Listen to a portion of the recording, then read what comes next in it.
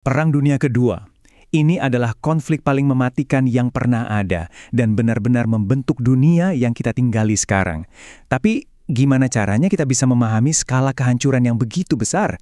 Nah, dalam beberapa menit ke depan, kita akan coba membedah tragedi ini menjadi 5 babak untuk melihat bagaimana api perang ini dimulai dan pelajaran apa yang bisa kita ambil dari abunya.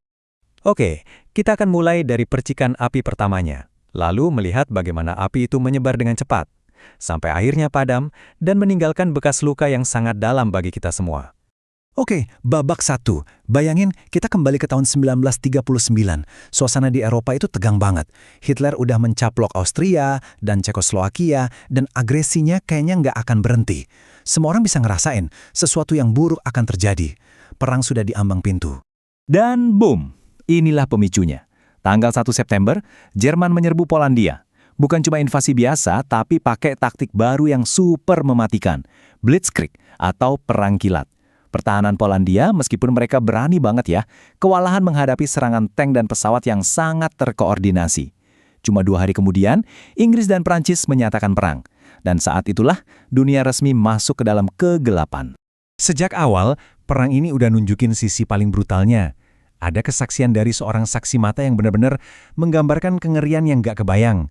Ini bukan lagi sekedar perang antar tentara, tapi udah jadi serangan terhadap kemanusiaan itu sendiri. Masuk ke tahun 1940, dunia akhirnya melihat kekuatan penuh dari Blitzkrieg Jerman. Ini bukan cuma serangan cepat biasa loh, ini tuh sebuah doktrin militer yang revolusioner. Kuncinya, kecepatan, kejutan, dan kekuatan yang dipusatkan untuk melumpuhkan musuh bahkan sebelum mereka sadar apa yang terjadi. Prancis kan, mereka ngandelin banget garis Maginot, sebuah benteng pertahanan yang katanya nggak bisa ditembus. Tapi Jerman punya rencana lain. Mereka nekat menerobos hutan Ardennes yang dianggap mustahil dilewati dan berhasil mengepung pasukan sekutu. Bayangin, cuma dalam 21 hari Paris jatuh. Ini pukulan telak yang bikin seluruh dunia kaget. Gara-gara Prancis jatuh, ratusan ribu pasukan sekutu jadi terdampar di pantai Dunkirk. Bayangin posisinya, di depan ada lautan, di belakang ada tentara Jerman, dari atas dihujani bom tanpa henti. Mereka benar-benar diambang kehancuran total. Harapan kayaknya udah nggak ada. Tapi disinilah salah satu momen paling luar biasa dalam sejarah terjadi. Sebuah keajaiban bisa dibilang.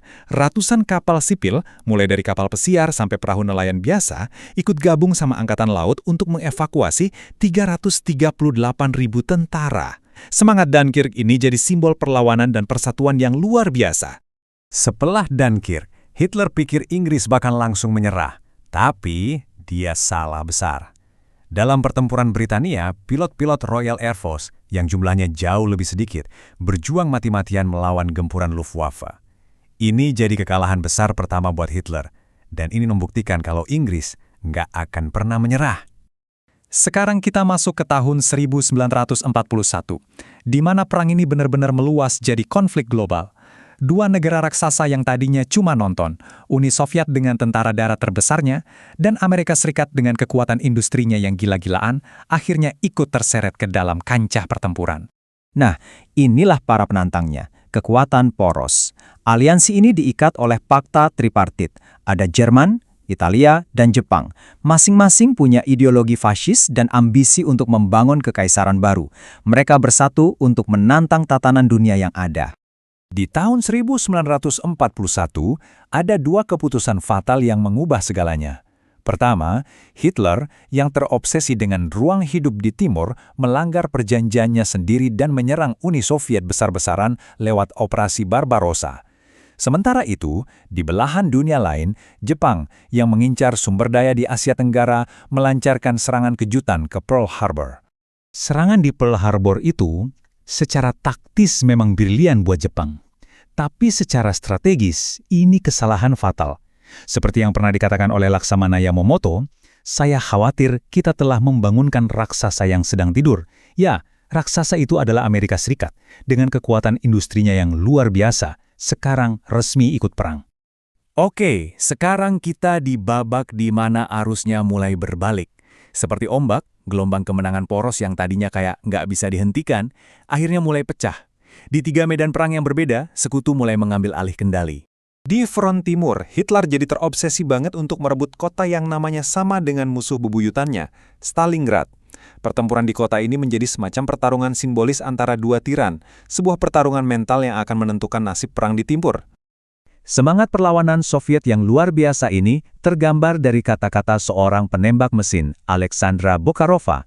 Buat mereka, ini bukan lagi soal hidup atau mati, tapi soal mempertahankan tanah air mereka, apapun harganya. Dan kekalahan di Stalingrad itu bencana besar buat Jerman.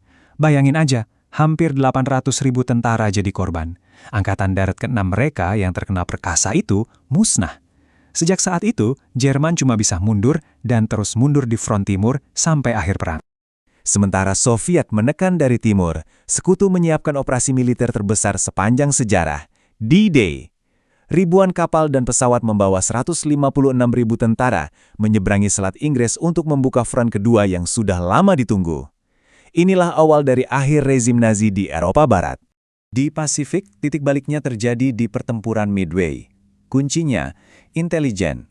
Pasukan AS berhasil memecahkan kode rahasia Jepang, jadi mereka tahu persis kapan dan di mana harus menyerang. Cuma dalam beberapa jam, 4 kapal induk Jepang tenggelam. Sebuah pukulan telak yang melumpuhkan kemampuan angkatan laut mereka. Masuk ke tahun 1945, babak akhir yang pahit.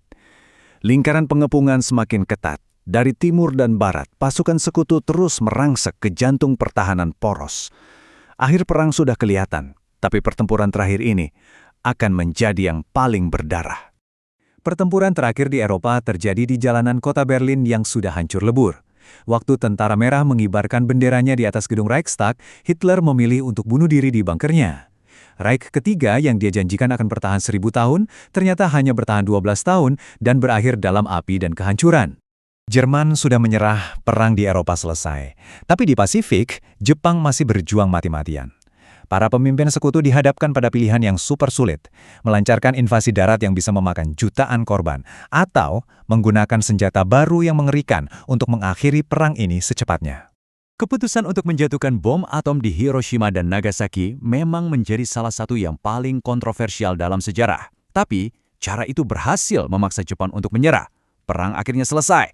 Tapi biayanya sangat-sangat mahal, sekitar 60 juta orang meninggal. Ini menjadikan Perang Dunia Kedua konflik paling mematikan dalam sejarah manusia. Titik. Jadi, setelah semua ini, setelah 60 juta nyawa melayang dan dunia hancur, apa pelajaran yang bisa kita ambil? Mungkin yang paling penting adalah, jangan pernah lupa, kita harus ingat 60 juta nyawa yang hilang itu, dan kita harus memastikan tragedi seperti ini tidak akan pernah terjadi lagi. Itu adalah tanggung jawab kita semua.